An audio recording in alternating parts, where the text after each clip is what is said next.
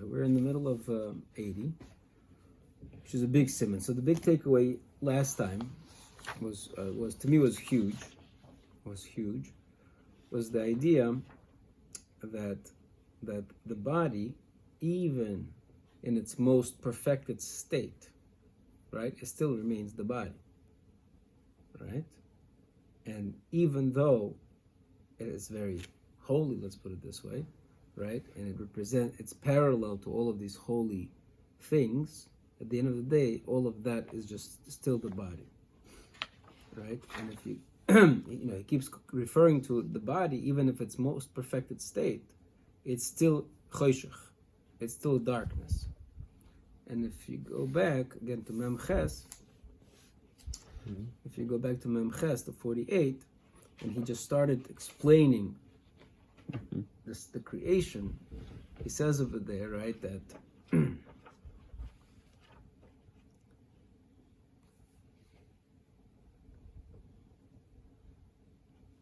that Bizman Hazeh,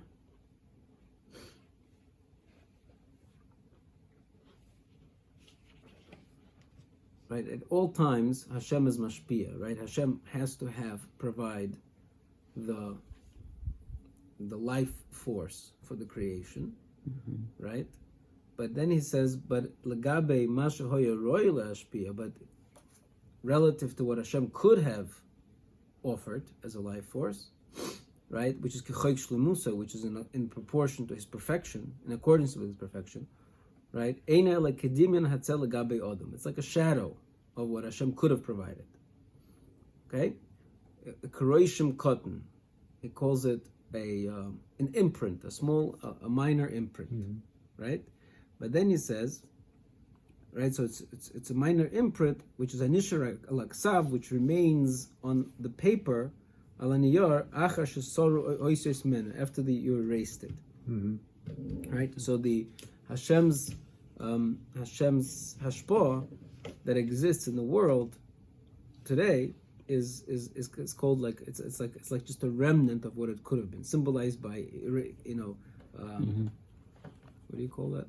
The leftover marks of writing. Okay, and then he says v'nikra klal min hashpah zois choshech v'loy or, and this type of hashpah is called darkness and not light. Legabe hashpah hashleima shehoy yechol levoim k'choy shleimus oy mashpia, right? So it's called darkness and not light. Okay, so we said last time that the body, right, is connected to that hashpah, the hashpah of the lower. What's the word? Well, of the lower level,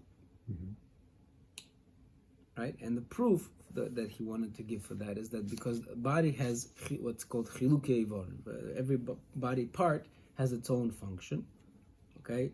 And so even though, so it has its own function, but despite having it's a body and it has its own function, which therefore shows that it's not perfection, because perfection is not divisible into parts. So body has different functions, but still in all, even though it's a body, but if you perfect it, then those individual functions will be parallel to different kind of godly things in that hashpah that we call choshech v'loy or. Even though that hashpah is a very lower level hashpah, but that is all connected to the body. The body is able to achieve a connection with that level of hashpah. Okay, and I think that's where we're up to. Right? Aval hashleimus. Now we're up to his description of hashleimus. Right? Yeah? Aval hashleimus, but perfection, kvar amarti achasi. I already mentioned to you that it's all one. Perfection by definition has to be one singular thing. Lishloit al kol, and what's the essence of perfection? Lishloit al kol chaser lehashlimai. It to overcome everything that is lacking and to perfect it. Right? That's another reason why perfection can't have individual elements, because each individual element is a certain expression of lack. Because this guy is good at sports, but he's not good at learning. This guy is good at learning, he's not good in sports. That means there is imperfection, right? Anytime, my hand is able to do this, but it's not able to see. My eye is able to see, but it's not able to hold, right? So each element of my existence is an aspect of imperfection. Perfection, by definition, cannot have any limitations. So therefore, the essence of perfection, right, the shleimus, the idea of shleimus, that everything is automatically perfected. Okay, so again, aval shleimus kvar amarti achasi, it is one. It is one. What is the one? Lishloit al kol hachoser lahashlimai, to overcome everything that is choser lahashlimai, and to perfect it. V'hu einay mispared be'atzmai, and it's not separated by itself. In other words, it's not divisible. Ella behashvo achas, but rather in one uniform way. Mashlim kol mishet tzorich shleimus. It's mashlim everything that anyone that requires shleimus. So we see that element, that aspect, not element, but that aspect, because the neshama is not created with this hashpah, that is the lower level of hashpah, which he calls choshech v'lo or, is darkness. But rather the neshama comes, like we said before, from a higher place. What's the higher place? It is much closer affiliated with the concept of shleimus, right, than anything else. Because the whole point of the neshama, as he told us before, is to go into the body and to perfect it, right? So the neshama is a carrier of the idea of shleimus in the world. So therefore, right? So again, the neshama is created with the ha'oras panim, with the what's the word? With the illumination of light, right? V'tiri, now see. Now the purpose here is that the neshama should overpower the body and purify it. So that Hashem yimoid lo kipoyalo.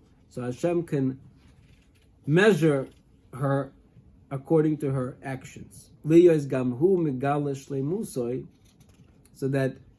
that in as much as the neshama reveals her shleimus, HaKadosh Baruch Hu follows kind of along and reveals his shleimus. L'sakin kol me'uvois. I didn't skip anything, right?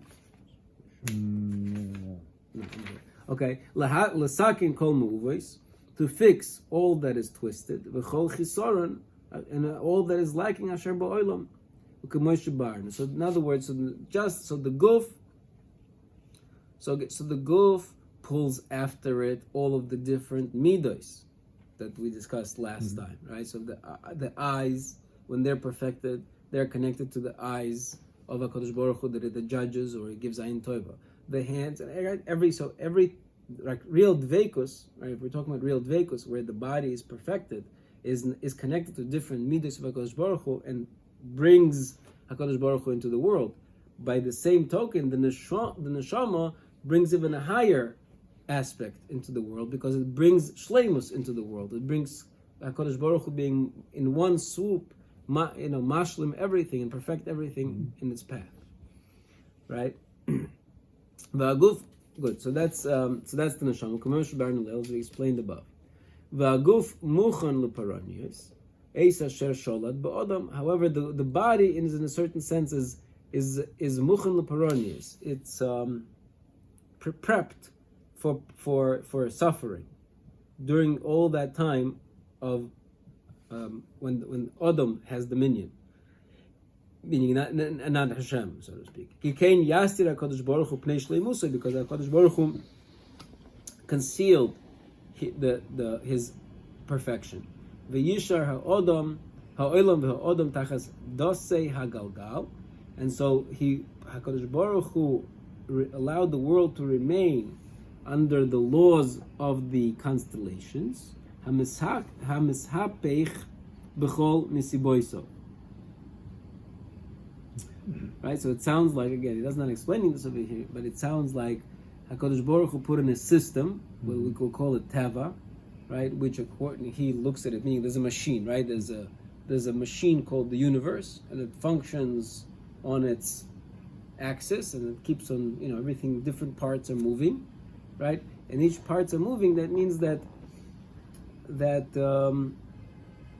there's a certain pattern of whatever. It's just like there are seasons that we understand. There are seasons in the world. There's spring, summer, fall, winter, right? Different seasons come, and it's a pattern.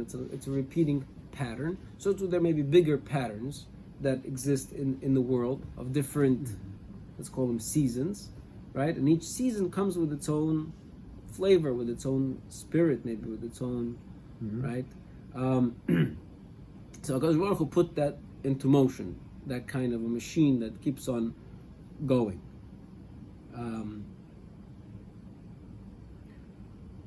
Good. Kedin kol b'nei chiluv she'azmanim mishtanyim aleihem l'kol pinoi she'hu pointer. And this is like anything that is changing, right? In other words, it's another aspect of imperfection, that it's not static. Again, we think of change.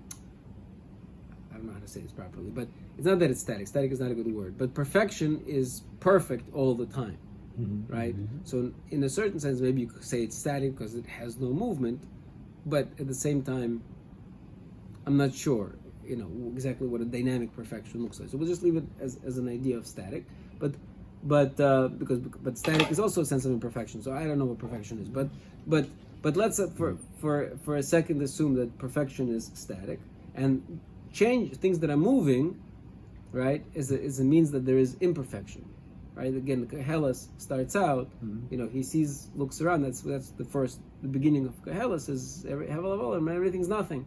Why? Because I look around. There's movement. There's everything is moving. Everything is turning. That means there is. It's imperfection. Imperfection means there's lack. If there's lack, you're moving. You're trying to perfect it, but it's just a loop. So it's not really perfecting anything. It's just kind of a loop that seems to be moving towards some goal, but it's never actually achieving any goal, right? So that's what he's saying over here too. He's using actually the same language from Koheles before, is that the world as it's set up, it's just set up as a machine that's moving based on certain patterns and certain changes, because every being that is imperfect is a being what he calls b'nei chiluf, right? As sons of change, right? In other words, changing beings,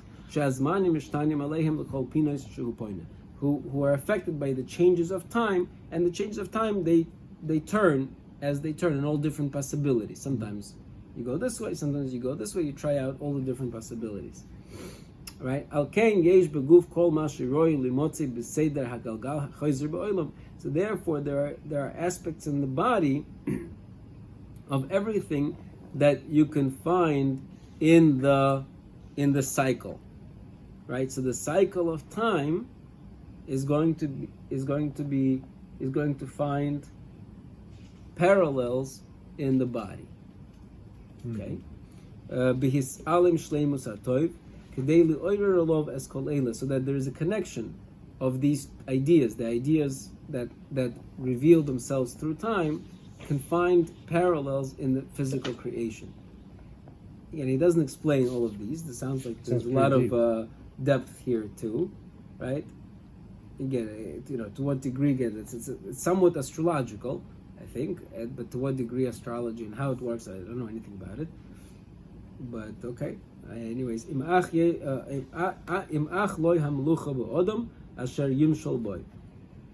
So in other words, right now we are what's called tachas hashemesh. Again, with using Koheles terminology, we are tachas hashemesh. Right? Tachas hashemesh means we're under this turning wheel, this turning system of epochs, different eras that sort of move about. And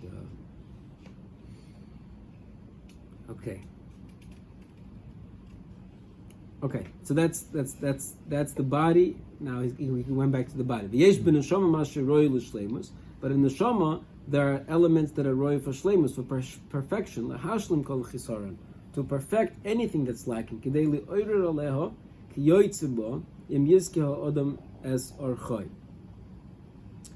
So that I'm not sure how to translate exactly, but if a person listens to the neshama and follows the right path, so then the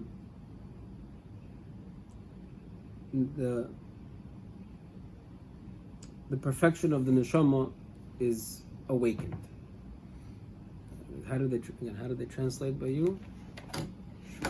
So too, the soul has within everything that reflects perfection, the nature which is to perfect every deficiency, in order that it should bring upon itself that which is similar to it, if man proves himself worthy of correcting his path.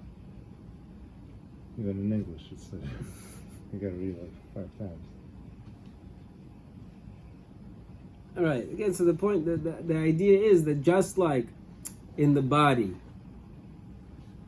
so just like in the system of the universe, there are celestial forces that are connected to the body, and they bring out those bodily aspects as the world turns. So too, in the neshama, there are spiritual aspects that the neshama awakens if it is able to put the body into the proper path.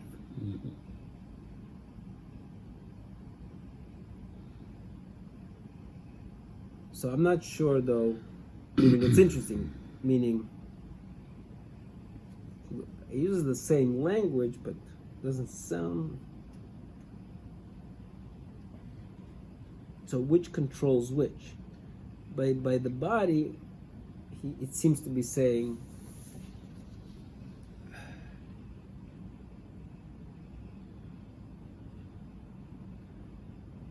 I'm not meaning by the body he kind of says it ambiguously. In one aspect he seems to be saying that the mazel, he never used the word mazel, but the galgal, let's call it the galgal, is influencing the person, right? Because Hashem put the person, and by the person I mean the physical person, under the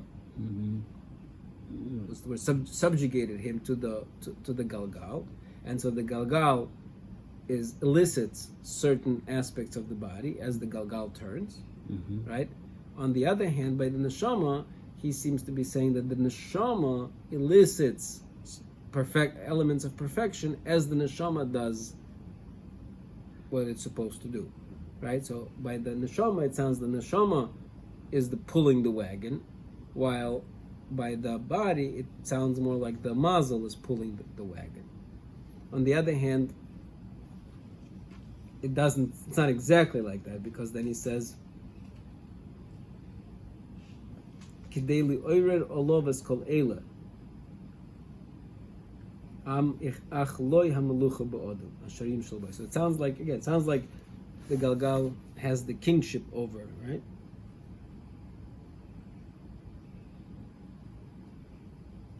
So it says the body therefore contains all that this wheel of life is apt to contain in absence of the perfection of the good. All of this will befall the body if it gains complete ascendancy over him.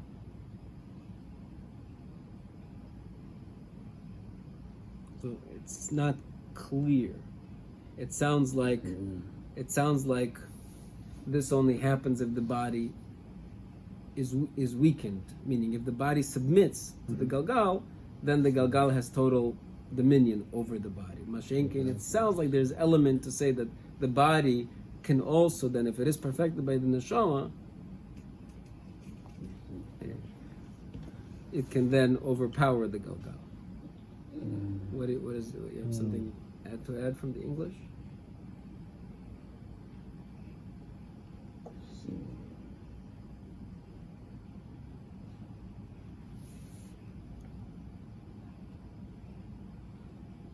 In the world, the soul is within everything that reflects perfection, in order that it should bring upon itself that which is similar to it, if man proves himself worthy. Right, so the neshama brings upon itself things that are similar to it, which is perfection. So the neshama, by being by exerting its perfection upon the body, brings more perfection into the world, which is God's perfection. Right? That's so the neshama is leading the perfection train. Right? By the body, it sounds like the body is a slave of the, what he calls over here by me is wheel of life, but I don't know what they call it. The whatever, the galgal, the universe of the machine. But yet, when if the body listens, it sounds like, I mean, right? The body. In other words, this is what I would say. I would say is that when the body is subjugated to the soul, right? When the body is subjugated to the soul, and the soul brings upon it elements of perfection, so then the body then is able to push back upon the galgal and use its forces to lead the galgal and not the other way around. The body pushes or the soul pushes? Well, the soul gives the body the ability, meaning, right? So the concept here is that similar things are pulled by similar things, right? So the body has a direct link to the midos, right, and also to the galgal, because there's elements of the bodily in the galgal, because all of this is created through this lower level of hashpah. In the neshama, which is or panecha, has a higher level of hashpah, and therefore it's connected to perfection. Perfection, it's all one. There's one thing, perfection, shleimus, right? So the neshama's purpose is to perfect the body. So now when he put the person into this world, he put them tachas hashemesh. Let's call this concept shemesh, right? Tachas hashemesh. Now the shemesh has full dominion over the person, right? Over the person. On the other hand, the person also has a neshama. The neshama has the ability to go above all of this, all of these lower level computations, and and just dominate it through perfection. When the body is then perfected, though, the body then still having those strings attached to all of these lower level of perfection is now able to exert its influence upon the bria and the way it works, right? So when we say ein mazel l'Yisrael, let's put it this way, it seems to be saying, there is mazel to Yisrael. You are just like everybody else. We are all under the mazel. However, being that Yisrael has the neshama, so Yisrael as a nation has the ability to tap into that shleimus, which is going to give it, and then we're going to have Mikadesh Yisrael v'azmanim, right? So then Israel then are Makdish Zmanim, not the other way around, right? So Yisrael on its highest level is Yisrael that's Mikadesh Zmanim, but Yisrael on a lower level is just like everybody else to some degrees. We are subject to the Zmanim. Okay. What? Right, he discusses this in Derech Hashem. But what I really want to see in Derech Hashem is that two things. Somebody, a friend of mine pointed this out to me, is that on Rosh Hashanah, right, we blow the shofar, right? And one of the psukim that we say is Ashrei ha'om yoidei truah, praiseworthy or fortunate is a nation which knows truah, right? Truah meaning the sound of the shofar. Hashem b'or panecha yihalechon. Hashem in the light of your panim, they walk, right? So we see over there in the pasuk is that truah, the shofar Rosh Hashanah, is connected to the concept of or panecha. In other words, I don't know yet how. I have to see it. There's the Maimer Pachadis when he speaks about it is that the shofar of Rosh Hashanah is unlike other mitzvahs, perhaps, that they tap into that or panecha. They tap into the higher shleimus of the neshama, as opposed to other mitzvahs that maybe are connected to kind of a lower level of different midos. Right, so that's one. Like the shofar that goes all the way out. Shofar, right? Yeah. Right. So shofar has that's the special power of the shofar, that it takes you out of the realm of the lower hashpah. Again, I feel weird calling it the lower hashpah because it's still beyond. Just relative to the highest level of hashpah, it's lower, but it's right? It's the whole Bria is the quote unquote the lower level of Hashpah, right? So the shofar sounds like it has the ability to connect with shleimus, right? And again, shleimus is the idea of you fix everything that's chaser, all lacking is fixed. So that's the idea of Rosh Hashanah, that it's able to completely transform the din into rachamim, right? Because you're going into a whole different source. That's one idea. The second idea is we say in Sim Shalom, right? What do we say in Sim Shalom? How does it go? Sim Shalom.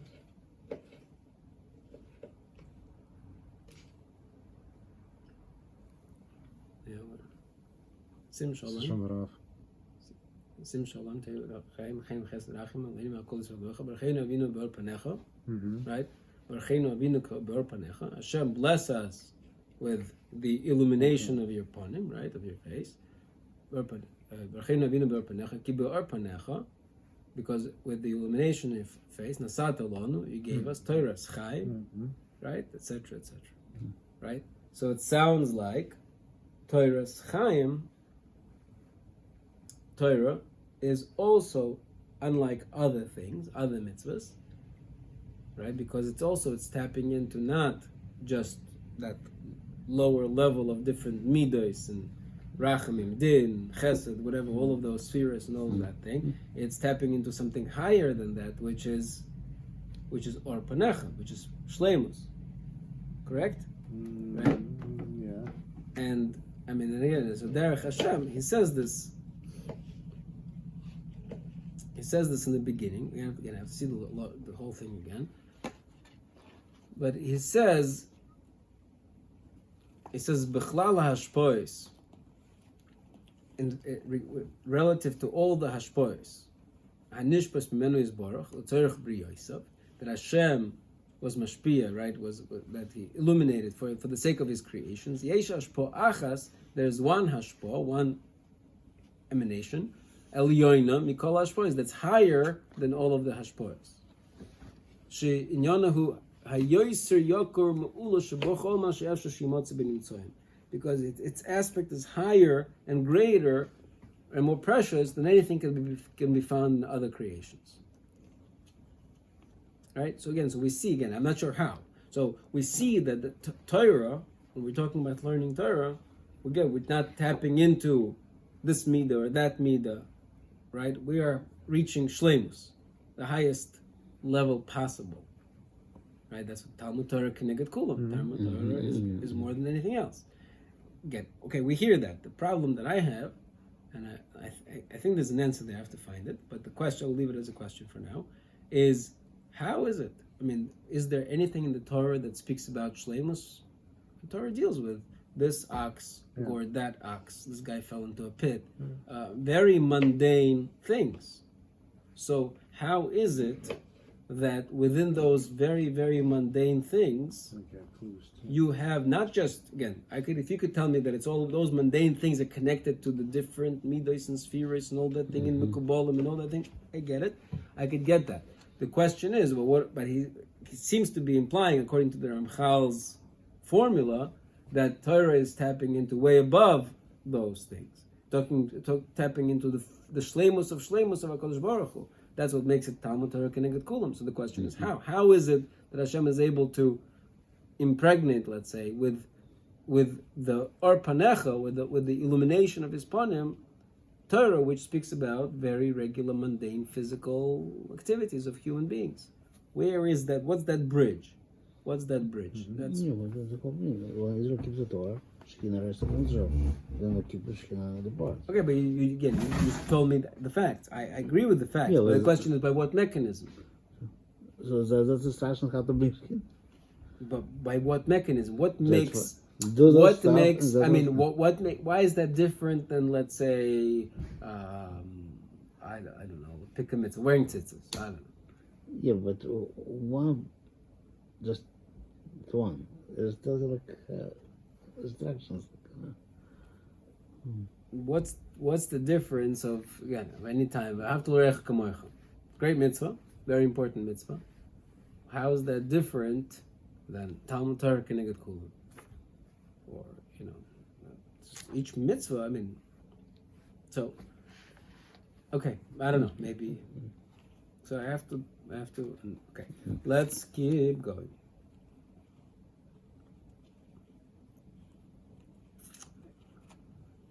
Okay, so should we wait for analyze?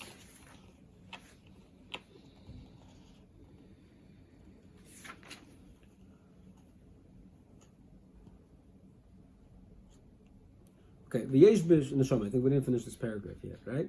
V'yesh b'neshama mashiroi l'shleimus. Oh, we did that.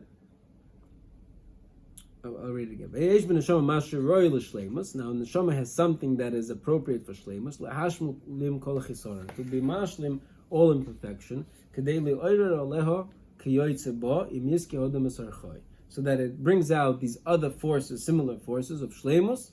If the person is perfect or correct his way. V'nosen keser malchus b'roisho. So then it gets the malchus, the crown of the kingship on her head. Liyos hi levada hamoisheles b'chachmosa v'choik tamu kitoivu. That she alone then dominates with her wisdom and the way of her reasoning, which is good. Good. V'amnam dover zeh. Now this idea, which idea?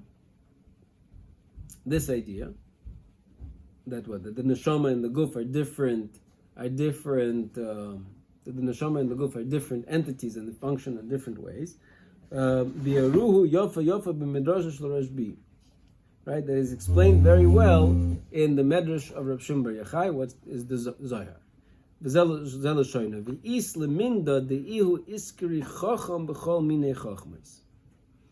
you should know that he is called Chacham, wise, in all types of wisdom. Whatever that means. Besides whatever was explained regarding this piece of Zohar by other Mekubalim, the simple reading of that Maimer, of that passage, we learn what I just explained to you above. Hashem has many kinuim, and has many titles, names. Those are not according to himself. Because you cannot identify with the name. Naming means you know something, right? If you name something, it means you identify it. Right, placing an identity of HaKadosh Baruch Hu, multiple identities, cannot possibly refer to his essence, right? Because there's no limitation to his essence. You cannot identify any particular thing. So all of those kinuyim, all of those names are for his creations. And they connect to the different midos that Hashem created. Again, not for his own sake and the essence, but rather for his creations. These are all for the sake of the creations that would be created in the future. However, al shem berian hu poshut. Don't say, you have to understand it's simple, that it can't be that it's something that was new that Hashem created. Hashem, again, there's no new things and no changes in Hashem. This power was there from the very beginning in potential. But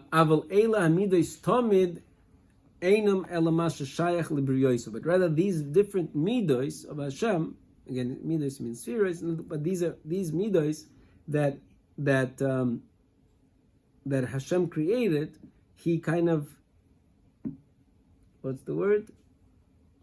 He brought them to light. Let's put it in. They always existed, but he brought them to light for the sake of his creations. But they're not according to his essence. The Omar also says in that Zohar, but then according to this, in this aspect, Hashem created the neshama. But the neshama reflects his shleimus. That's why it was created. Ufhachi mori alma elakol mashemehen loike gavnot sfiron. Right. So too is the master of the world. So, 1 second. Okay. Again, he's just explaining that that there's, the spheres on one hand are entities, on the other hand they are, saturated by godliness, right? Just like Hashem in his essence is unknowable, so too neshama in its essence is also, I guess, unknowable. Or at least in this world, we don't fully know what the neshama is, where the neshama is, how the neshama is. And you have to read this passage in Zohar very well, so that you understand better the nature of the body and the soul clearly. And everything that's dependent on this idea of the body and the soul. So behold, the master, the singular master, we cannot, according to his perfection, cannot attribute any kind of name to him. Because we don't fully understand his shleimus. And we cannot identify or title, name what we don't know, what we don't understand. Ki Hashem hu gather, ki Hashem, because in any name that you give, hu gather bal Hashem, that's the gather, right? It's a defense, the boundary, right? The encompassing of that thing that you're naming, right? Whenever you name something, that means you understand it. If you don't name things that you cannot understand, something that we don't fully understand, so we cannot then give it, identify its boundaries. Now, the truth is, yes, maybe, no, I don't know, I'm not sure. What did the Jews eat in the desert? Man. Why is it called man? Because it says, they called it man because they didn't know what it was. Right? They called it man because they didn't know what it was. So sometimes you identify the unknowable by this name, the unknowable, right? But again, maybe there's more to it. There's definitely more to it. But anyways, but the general idea is right? You cannot fully name something that you don't understand. True that we do refer to Hashem's essence to something called Ein Sof, right? Infinity, right?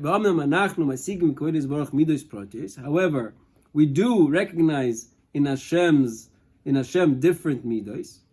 For example, Harachmanos, mercy, Hamshola, dominion, Hakoyach, power, Hamishpat, justice, Hachemla, pity, Hakas, anger, Hatoikev, strength, Ukayoytze bezeh, and similar to these. Kol hamidos she'anachnu masigim boy, all of these midos that we recognize in him, mitzad pu'uloisav heim. We only recognize them based on his actions. In other words, if we see HaKadosh Baruch Hu punishing somebody, we say Hashem's midah of din must have been involved, right? If we see Hashem saving somebody, we say no, Hashem's midah of rachamim or whatever, of Yeshua, whatever the midah is, must have been involved. In other words, we don't really know the midah. We just see an action, and we know that action had to have come from some sort of a midah, and that midah is, right? So, mitzat pu'ulois of him, we only recognize Hashem's midos through the activities, actions that we see in the world. Oisum midos shanivim mesigim boy mina koydem l'mucher. These are the same midos that the Nevi'im, they are able to identify from earlier to the later. Again, it's funny language, but meaning, how do we identify the midos? Because first the Nevi'im came to us and they said that we saw Hashem in some vision, and we saw these midos, and we saw the midah of such and such midah. We saw midah such and such midah. So in other words, the Nevi'im were able to through their connection to Hashem, to be able to I don't say visualize, but whatever the visualization of prophecy is, they're able to visualize a certain midah. Let's call it Rachmanos. We know Hashem has a midah of Rachmanos that they're able to see in their Nevi'im. Then later, when we are not Nevi'im, we see something happening, that Hashem saved somebody, we say, oh, that midah that Yeshayahu Novi told us about, which is the midah of Rachmanos, well, we see that midah in action right now, right? We don't really see Hashem's Rachmanos. That's the job of the Nevi'im. We only see the midah as it carries out, and we know that that's the midah that was mentioned to us in the Torah. Lefishu is Baruch Noisin Lehem Hasoga, because Hashem gave the Nevi'im the ability to see, to connect with the midas directly. Ulefi hasaga hazois sheisagna bekvoidoi, and now according to our grasp that we were able to appreciate in Hashem, then we attribute to Him these titles, these names, these kinuim, right? Rachman, that right? We know that there is a midah of Rachmanos as Yeshayahu Navi identified for us. Mm-hmm. We also saw some action that represented that we would qualify as an expression of Rachmanos. So then we say, oh, Hashem must be Rachman, a merciful God. Moishel, He's a dominating God. Amitz, strong, Shoifed, judge, Kiyoitze. So in other words, we give Him titles based on actions that we attributed to Midos, which the Nevi'im gave to us. Even though in essence, He doesn't have any of those Midos, and He cannot be defined in any sort of way. These are just midos that He desired in. And furthermore, He desired them in a particular measure that what He felt was appropriate. Therefore, accordingly, one midah is called Rachmanos, and a different midah is called Mamshola, or midah achas koyach, or midah achas ahava, v'chein kulam. So all of these are individual midos that are measured because Hashem decided that He was going to measure them, even though, again, when it comes to Hashem's essence, there is no measurement is a lack, and midos are a lack, and none of this really applies. Ve'ein b'midos Rachmanos ela Rachmanos, and within the midah of Rachmanos is only Rachmanos, v'lo b'memshola zulas memshola, and nothing in memshola besides memshola. V'gam ein b'Rachmanos ela oiso hashir shu yizbarach reitzeboy. And again, within Rachmanos, there's only the amount that Hashem designed. V'lo b'memshola ela hashir shu reitzeboy b'kein kulam. V'lo mipnei zeh noimar shu yizbarach lefi shlei musa yesh boy koichos eile b'shureim eile. Now again, he's reiterating this idea, even though again we understand it, is that even though from the perspective of His perfection, these midos are not confined to any measurement, right? He could have more Rachmanos and more Ahava and more Koyach, right? All of these are arbitrary things that He chose according to His will. Because He's the master to change the recipe whenever He wants. Because an opposite, from the perspective of His perfection, there is no such thing as measurement. But since He decided to use this tool of these midos, and to act in this manner, so therefore these names are also applicable to Him because He chose to follow Him in these midas. It's out that we're saying, when we say Shakadosh Baruch Hu Rachman, that Hashem is merciful, that Hashem is merciful in His essence. Just like it's not the same as we would say about a person, if somebody has a merciful nature, right? Tchuna is a merciful nature, right? His character is by nature merciful. So that's his essence. Because that is naturally part of his composition.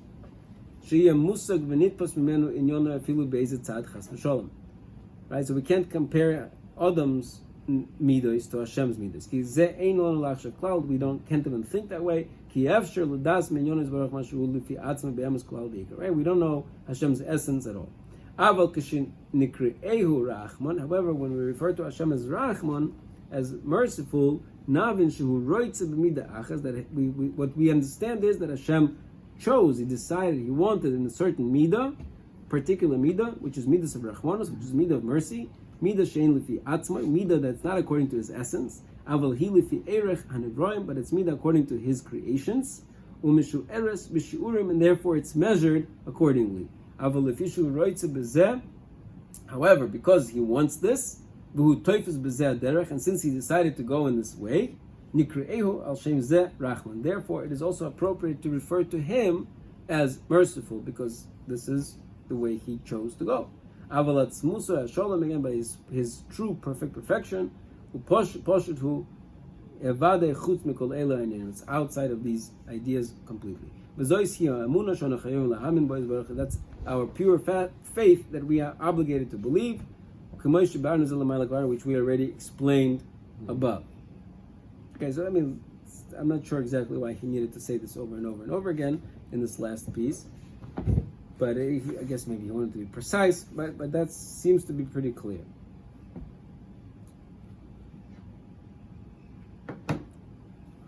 Okay, let's just, I'm going to try to read as fast as possible, but I want to get this. Now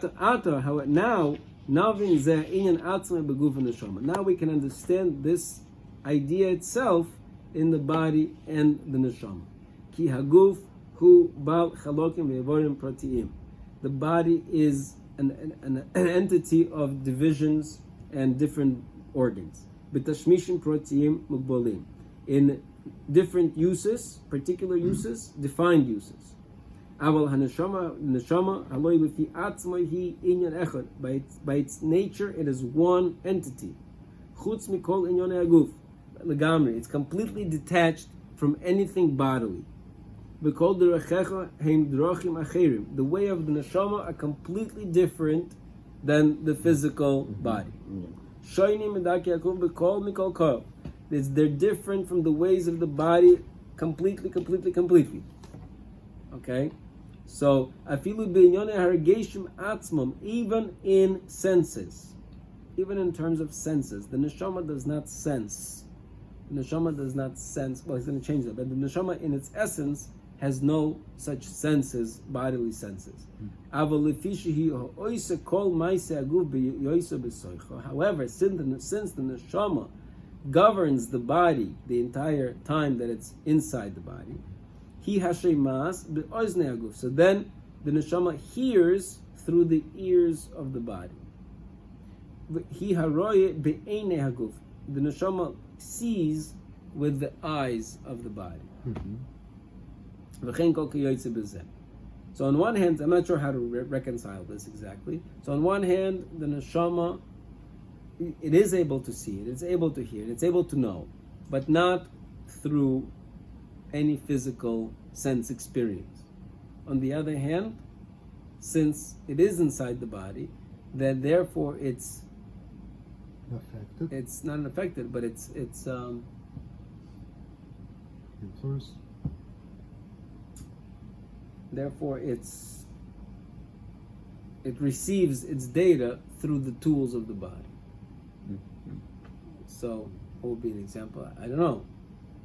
It's like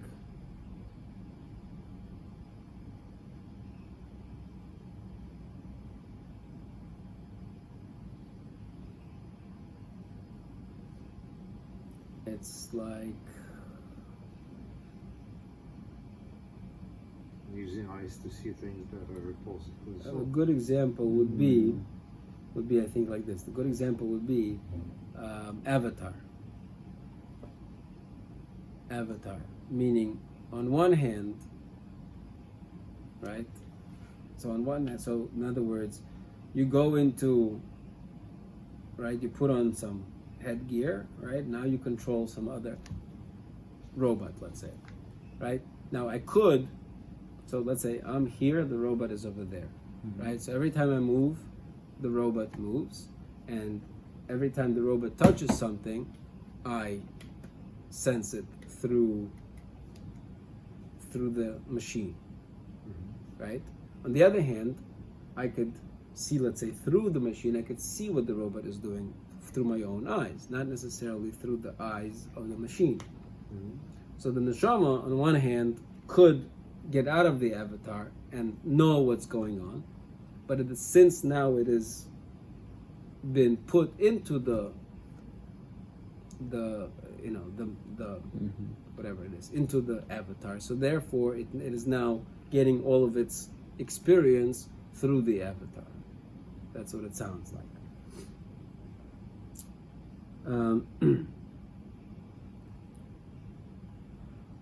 Okay, so that's what he says. Since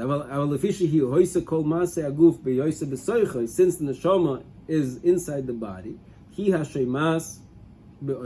therefore it hears through the ears of the body. It sees through the eyes of the body. So therefore, we refer to the neshama as also something that sees, roya, shemas, listens. But not that neshama really has the ability to hear through the auditory ways. Because the truth is, the neshama is the only thing that sees. Right? The neshama is the only thing that sees. Because the body doesn't see anything. Because the body is just an inanimate object. So the body doesn't see anything. Right?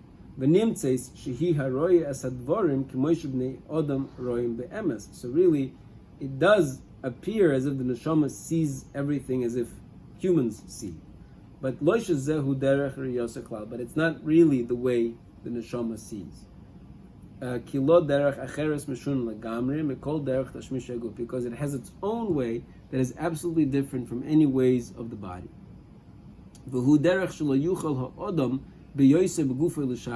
And it's something that really a person, while he's in his bodily state, cannot fully appreciate. Right? In other words, back to that idea that neshama cannot be fully known by us, because we don't know in our physical state, in our physical experience, we don't know what exactly is outside our physical experience. But since the neshama is holding on to the nature of the eye, so therefore we call the neshama as seeing. In all other ways. But the general idea is that neshama is a certain type of a creation, completely distant from any ways of the body. But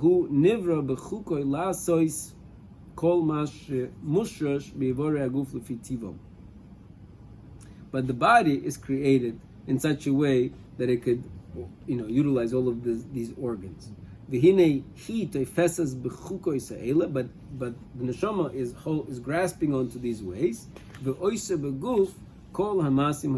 does through the body all of these deeds. So therefore, again, he's making a parallel that just like a Kadosh Baruch Hu, we applied certain kinuyim because we saw Hashem express his certain activities, and we therefore connected those activities to certain midas, and therefore referred to Hashem is Rahman, even though Rahman is a limitation, but it's not a total limitation, because to some degree that's true. He chose to act as a Rahman, so therefore we call HaKadosh Baruch Hu Rahman, even though again it doesn't really apply to his essence. So to the neshama, it is a completely different being, totally different from the body, and yet it is inside the body, and therefore it acts through the body. So therefore we can apply to the neshama these physical attributes, even though they don't really belong to the neshama, but at the same time they do, because right now the neshama is functioning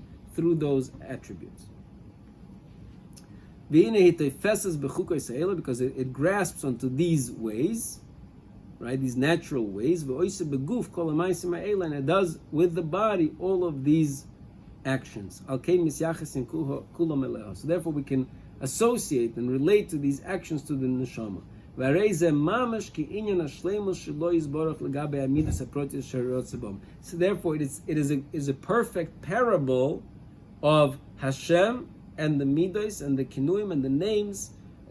That's why, getting back to the idea of Tzelem Elokim, right? If we're saying that Odom is Tzelem Elokim, and Odom is a creation of this neshama and the body, now we perfectly understand how the Tzelem Elokim encompasses that full picture of Hashem's essence, Hashem's kinuyim, Hashem's midos, that whole, in the entire idea of Tzelem Elokim, let's say, is fully reflected in the Tzelem, in the image.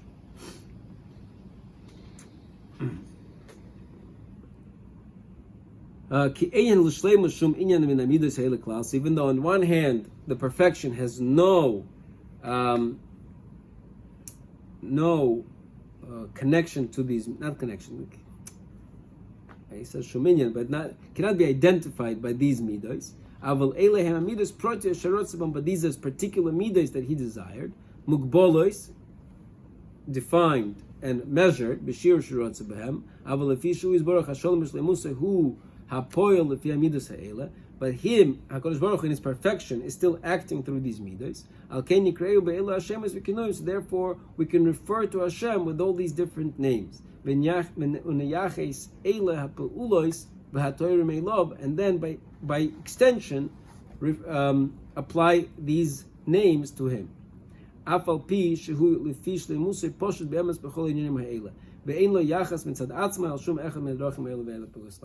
he's explaining an important thing, because what he's explaining is that because if we completely detach these midos from Hashem, in other words, these midos are separate, so that also is a problem, because then it's also an element of epikoursis, because you are allowing for an existence of an entity that's outside of Hashem. And so the other way, if we are addressing certain midos in our davening, if each of the kinuyim, right, different names of Hashem that we use, apply to different midos, and those midos are not connected to his essence, so that's also a type of avodah zarah, right? That's really the source of avodah zarah. Avodah zarah begins when you begin to detach these midos from the source, right? On the other hand, if you say these midos are the essence, so it's also a problem, because then you're diminishing what is Hashem. So the resolution, which is not, Ramchal didn't originate this resolution, but he's expressing this resolution. Right? The resolution is that the midos are creation that Hashem desired, and He limited them. But at the end of the day, they in potential they always are in Him, just without any measure. But for the sake of the creations, He brought them about within a certain measure, but they're still connected to His essence. So therefore, even during our davening, when we are addressing a certain midah or a certain kinui, we're still, on one hand, addressing the kinui and the midah, but we're also addressing His essence, because we can never not speak to HaKadosh Baruch Hu's essence. That would be a type of an epikoursis. So therefore, we're addressing His essence, and at the same time, we're also addressing a particular midah. So too, again, and it shows the same parallel with the neshama, right? That it has its essence and it has its expression when it's within the body. Again, it's showing this kind of a beautiful parallel between the Elokim and the Tzelem Elokim. Okay, so let's stop.